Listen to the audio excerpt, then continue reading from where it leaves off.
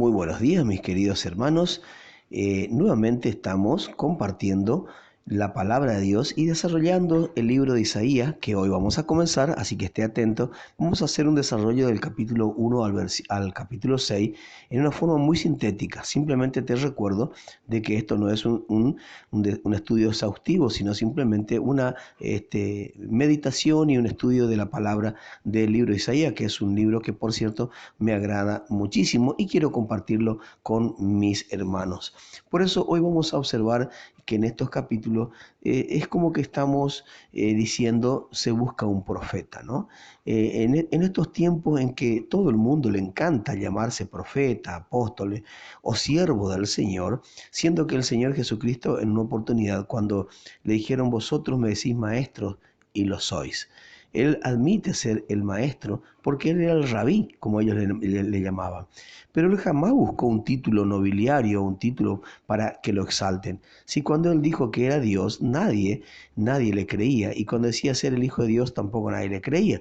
Entonces él vino a hacer la voluntad de su Padre. Y yo creo que cada uno de los creyentes, aquellos que se autodenominan profetas o apóstoles, bueno, allá ellos, ¿no? Pero lo primero que nosotros tenemos que saber, mis queridos hermanos, acerca de los profetas, es que su ministerio se enfoca tanto en el presente como en el futuro. Ellos proclaman por anticipado la palabra de Dios y también declaran por adelantado las obras de Dios. Los profetas verdaderos son como los buenos doctores. Hacen un diagnóstico del caso y prescriben un remedio y advierten al paciente acerca de lo que va a sucederle si ignoran la prescripción. Cuando los profetas declaran una visión del futuro, lo hacen para motivar a las personas a obedecer a Dios hoy. Pedro afirmó este principio cuando escribió, puesto que todas estas cosas han de ser deshechas, ¿cómo no debéis vosotros andar en santa y piadosa manera de vivir? Ahí en 2 de Pedro capítulo 3 versículo 11. Pero vamos a observar lo que Isaías, el profeta Isaías, sí vio, ¿no? Él describe una escena tipo corte de justicia. Dios convoca la corte y emite los cargos. Él presenta su caso y declara a la nación culpable, pero concede a los acusados una oportunidad para arrepentirse y ser perdonados. ¿Cómo describió Dios a su pueblo? Pecador. Eran hijos rebeldes. Eran hijos rebeldes. La palabra rebelde tiene implícita la idea de romper un contrato. Recuerda que en el Sinaí Israel había entrado en un pacto solemne con Jehová. Ahí en el libro de Éxodo capítulo 19 y 20 está esto, ¿no? Pero habían incumplido el contrato con su incredulidad e idolatría. Ahora, mirémonos a nosotros mismos. ¿Cuántas veces has prometido cosas? ¿Cuántas veces has prometido cosas a Dios? ¿Cuántas veces te has propuesto en tu corazón, hoy voy a cambiar, hoy voy a hacer esto, hoy voy a dejar de robarle a Dios, hoy voy a verdaderamente comenzar mi tiempo de oración, hoy voy a comenzar mi lectura de la Biblia? ¿Y cuántas veces lo hiciste? ¿Cuánto duró eso? Bueno, desde el punto de vista humano, mis queridos amigos y hermanos, la nación estaba prosperando. Guarda, la prosperidad no es signo de bendición, quiero aclararte esto. Pero desde el punto de vista de Dios, la nación era como una víctima desahuciada que estaba lastimada de pies a cabeza y a punto de morir. Las heridas habían infectado todo el cuerpo, estaba enfermo y nadie estaba haciendo nada para ayudar. Los falsos profetas e hipócritas sacerdotes del momento habrían impedido que Isaías realizara una autopsia en el cuerpo moribundo, pero el profeta sabía que su diagnóstico era cierto. A pesar del optimismo de los líderes de Judá, la nación estaba moral y espiritualmente enferma y el juicio era inevitable. Dios describe a Judá como un campo de batalla arrasado, un desierto que alguna vez había sido un jardín. Al emplear esta imagen, Isaías puede haber visto por adelantado la invasión de Sennacherib cuando Judá fue devastada por el ejército asirio y solamente se salvó Jerusalén. ¿Y por qué? Pensaban los líderes cuando Isaías decía que solamente un remanente muy reducido sobreviviría.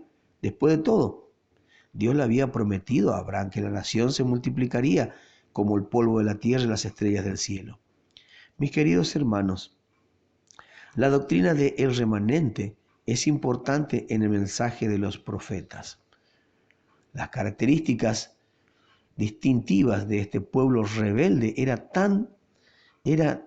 que también se trataba de un pueblo religioso. Asistían a los servicios en el templo y llevaban una cantidad de sacrificios al Señor, pero sus corazones estaban lejos de Dios y su adoración era hipócrita. Los sacrificios por sí solos nunca pueden agradar a Dios, porque al lado de la observancia externa, Dios quiere obediencia interna, un corazón quebrantado y un andar piadoso. La adoración de Judá hacia Jehová era iniquidad, no piedad, y Dios ya estaba harto de eso. En vez de levantar manos santas, sus manos estaban manchadas con sangre a causa de los muchos pecados de su pueblo. Piensa que cuántas veces has querido apartar la ofrenda para la iglesia y tu mente inmediatamente voló en tus gastos, en tus necesidades y dijiste, no voy a llevar lo que es de Dios, con esto es suficiente. Mira si Dios te trata de esa manera a ti, cuando tú reclamas bendición, cuando tú reclamas sanidad, cuando tú reclamas de su presencia. Y dice, con esto es suficiente. Qué triste, ¿no? Bueno, así es nuestra realidad. Isaías no se detuvo, no detuvo el diagnóstico, sino que también dictó la prescripción porque quería que Judá fuera un pueblo recto. La expresión que se traduce estemos a cuenta en el versículo 18 significa decir un caso en la corte, pero en lugar de pronunciar juicio, el juez ofreció perdón. Si ellos se limpiaban arrepintiéndose y abandonando el pecado, entonces Dios dejaría el registro en blanco en respuesta a su fe. Dios tenía toda la razón para castigar a su pueblo por sus pecados, pero en su desgracia y misericordia, Él les ofreció su perdón. ¿Cuáles eran algunos de los pecados que la nación necesitaba confesar y dejar de lado?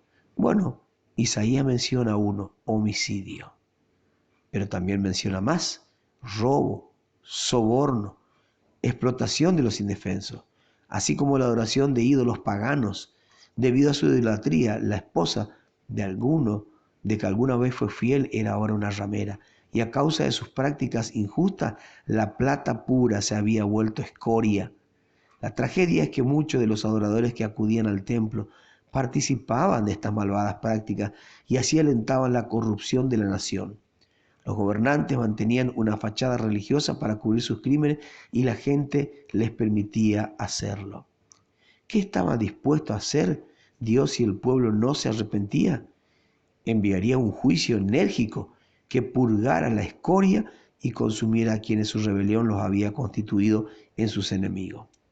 Isaías concluye este primer mensaje con una promesa de esperanza en el sentido de que algún día Jerusalén sería llamada ciudad de justicia, ciudad fiel. Bien, hasta aquí nomás por hoy, mis queridos amigos. Vamos a comenzar luego entonces lo que Isaías prometió.